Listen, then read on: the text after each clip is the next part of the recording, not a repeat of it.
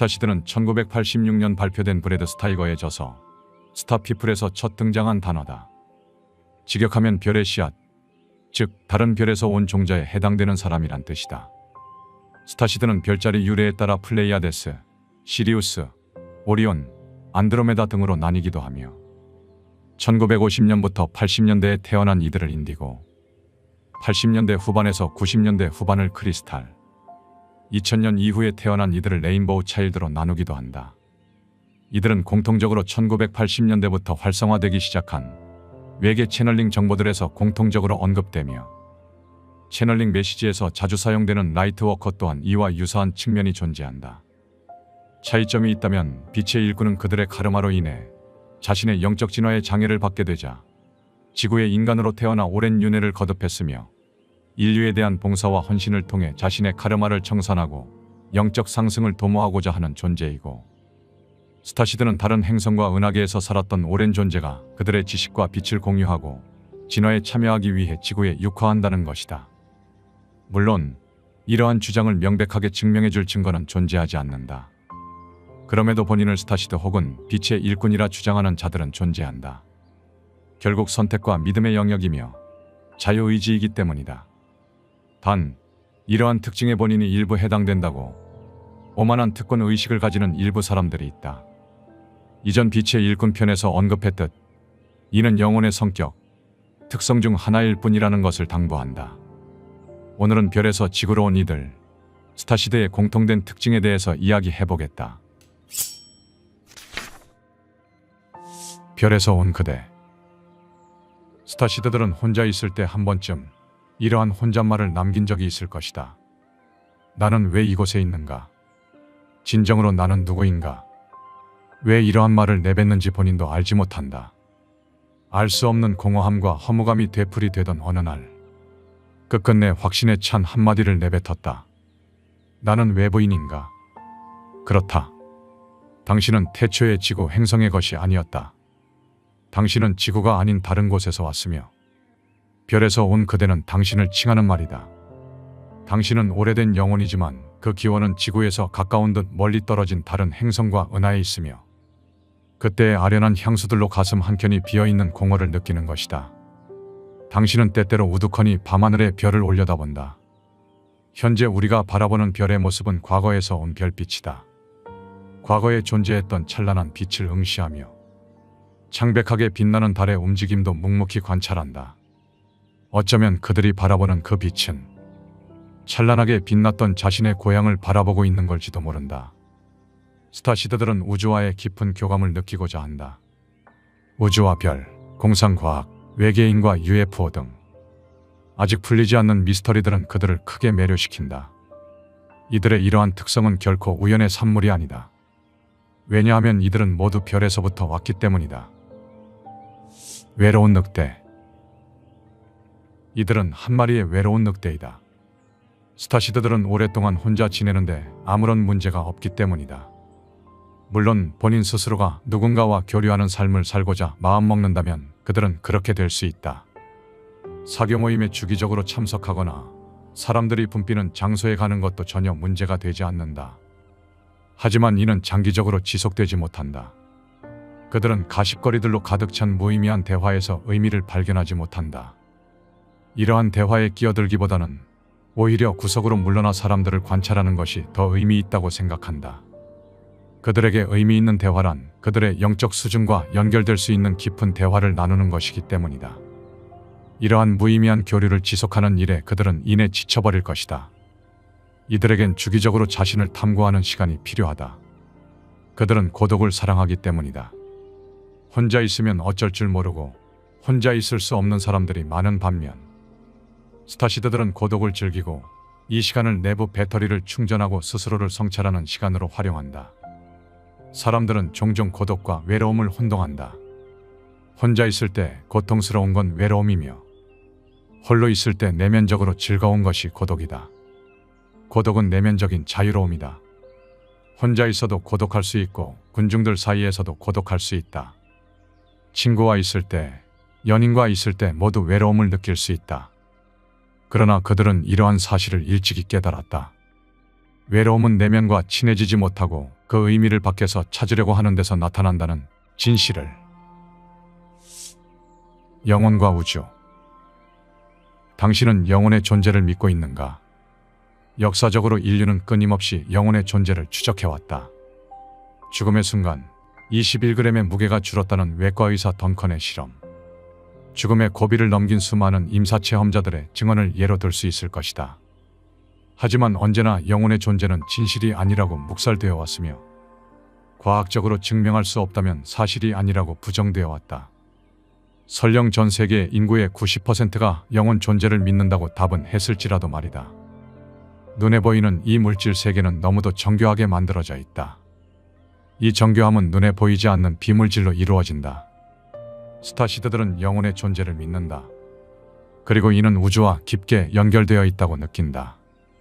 그들 자신이 오래된 영혼인 만큼 그들은 오래된 영혼을 알아차릴 수 있다. 오래된 영혼을 가진 사람들은 자석처럼 서로를 끌어당긴다. 그들은 자신 같은 존재가 혼자가 아닐 거란 생각에 내면에 합류할 같은 생각을 지닌 사람을 오래도록 찾아다닌다. 마침내 다른 오래된 영혼들을 만났을 때 그 즉시 당신은 동일함 속의 하나임을 인식한다. 스타시드들은 오래된 영혼으로서 많은 것을 경험했고 다양한 관점과 통찰력을 가지고 있다. 이는 매우 직관력이 있고 삶에 대한 균형 잡힌 시각을 유지한다는 것을 의미한다. 하지만 이러한 오래된 영혼들에게는 몇 가지 함정도 존재한다. 그들에겐 사회적으로 본인이 어디에 적합한지 안다는 것이 매우 어려운 일이기 때문이다. 어렸을 때부터 또래에 비해 정신적으로나 감정적으로 너무 앞서 있던 탓에 또래들을 바라보며 너무 어리다는 생각을 가졌을 것이다. 또한 본인보다 나이는 많지만 성숙하지 못한 어른을 바라보며 한심하다는 생각마저 했을 것이다. 그러나 이러한 생각은 본인을 외딴 섬에 가두는 것과 같다. 영혼의 등급 따위는 없다. 흔히 말하는 갓난아기 영혼, 아기 영혼, 젊은 영혼, 성숙한 영혼으로 이어지는 영혼의 5단계는 어떤 존재의 높고 낮음을 의미하는 게 아니다. 그들은 그들 자신이 선택한 삶을 이곳에서 체험하고 있을 뿐이다. 스타시드를 포함한 오래된 영혼들이 이를 자각하는 순간 그들은 스스로 채워둔 족쇄를 풀어 외딴 섬의 장벽을 허물기 시작한다. 신의 징조. 미래란 무엇인가? 이는 현재가 찾아가는 곳이다. 과거란 무엇인가? 이는 현재가 이미 지나쳐온 것이다. 그렇다면 현재란 무엇인가? 현재란 관찰의 순간이다.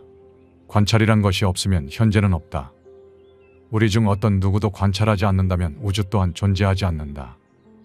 이 사실을 밝혀낸 과학자들조차 이것이 종교인가 과학인가라는 물음을 던질 수밖에 없었다. 저기 있는 달이 우리가 본다고 있고 안 본다고 없어지는가? 라며 되물었던 아인슈타인조차 이를 단호하게 부정할 수는 없었다. 우리는 믿을 수 없을 만큼 정교한 세상에 살아가고 있다. 하지만 우리는 우리가 관찰할 수 있는 현재를 너무도 안일하게도 단지 우연의 산물 정도로 치부하고 있다. 스타시드들은 우연으로 가득 차 보이는 일상이 실제로는 신의 징조로 가득 차 있다는 진실을 알아차린다. 이러한 진실을 꿰뚫는 직관력은 이들의 영적 각성을 통해 서서히 발현된다. 그들 중 대다수는 영적 각성을 겪고 있거나 영적 각성을 이뤄냈다.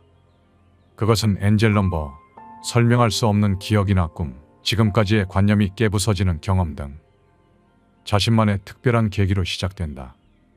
스타시드들은 자연스럽게 영적인 수행에 이끌린다. 그들은 태초에 강한 영적 성향을 지니고 있기 때문이다. 존재한다는 것이 무엇을 의미하는가? 우리 모두는 어떻게 창조되었는가와 같은 다양한 형이상학적인 주제를 탐구하며 더 깊게 현재의 삶에 대해 고찰한다. 그들은 이윽고 이번 생애에서 큰 임무를 맡았음을 느끼게 된다. 그러나 그것이 무엇인지는 어렴풋이 알거나 전혀 알지 못할 수도 있다. 하지만 어떤 식으로든 지구와 인류를 돕고 싶은 충동과 책임감을 느끼게 된다. 스타시드는 영적이다. 신을 믿으며 우리는 모두 하나라고 믿지만 특정 종교를 고수하지는 않는다. 삶의 목적을 끊임없이 찾고 있으며 그것을 찾는데 더 가까워지기 위해 점성술, 수비학, 타로 카드와 같은 도구를 활용하기도 한다. 스타시드들은 데자뷰를 느끼는 경우가 많으며 많은 삶을 살아왔고 환생이 존재한다고 믿는다. 또한 카르마에 대한 믿음도 확고하게 존재한다. 결국 모든 것은 순환하며 돌아갈 일은 결국 돌아온다고 믿는 것이다. 이렇게 큰 줄기에서 삶을 바라보던 스타시드들은 삶의 세세한 부분까지 얽매일 필요를 느끼지 않게 된다. 이제 그들은 어떻게 보다 왜에 더 관심을 갖기 때문이다. 창조와 직관. 스타시드들은 신의 언어가 창조이며 신의 메시지가 직관, 즉 순간의 느낌임을 알아차린다. 이들은 본래 매우 창의적이고 직관력이 뛰어나다. 항상 새로운 열정을 가지고 있으며 세상에 긍정적인 영향을 미치라는 부인할 수 없는 소명을 느낀다. 소명을 따르리라 결심한 스타시드들은 직관에 따라 행동하기 시작한다. 이들에겐 자신의 직감보다 더 신뢰될 만한 도구는 없다. 눈에 보이는 것이 전부가 아니라는 것을 확신하며 긍정적 에너지와 부정적 에너지를 직감으로 포착하기에 이른다. 이는 육감의 영역이며 찰나의 느낌 정도로밖에 설명할 수 없을 것이다. 하지만 이들의 내면의 나침반은 결코 자신을 잘못된 길로 인도하지 않는다. 스타시드들은 자신의 필요보다 다른 사람의 필요를 먼저 생각하기 때문에 동정심이 많고 공감 능력이 뛰어나다.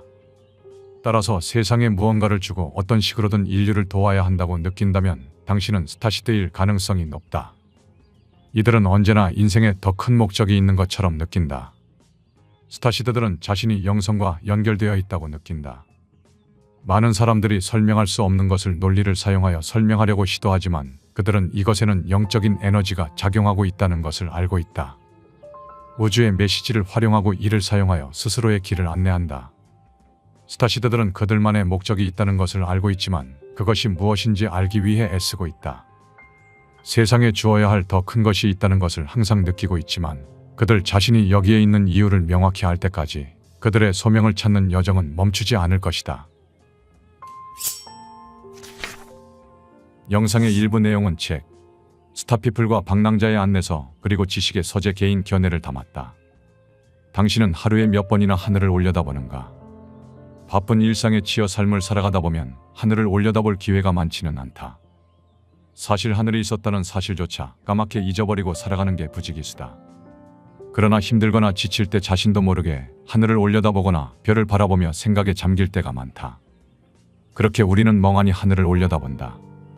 그것이 이름 모를 별이 수놓인 밤하늘이든 한 조각 구름이 걸려있는 푸른 하늘이든 말이다. 우리는 그렇게 존재하고 있는 위대함을 관찰할 뿐이다.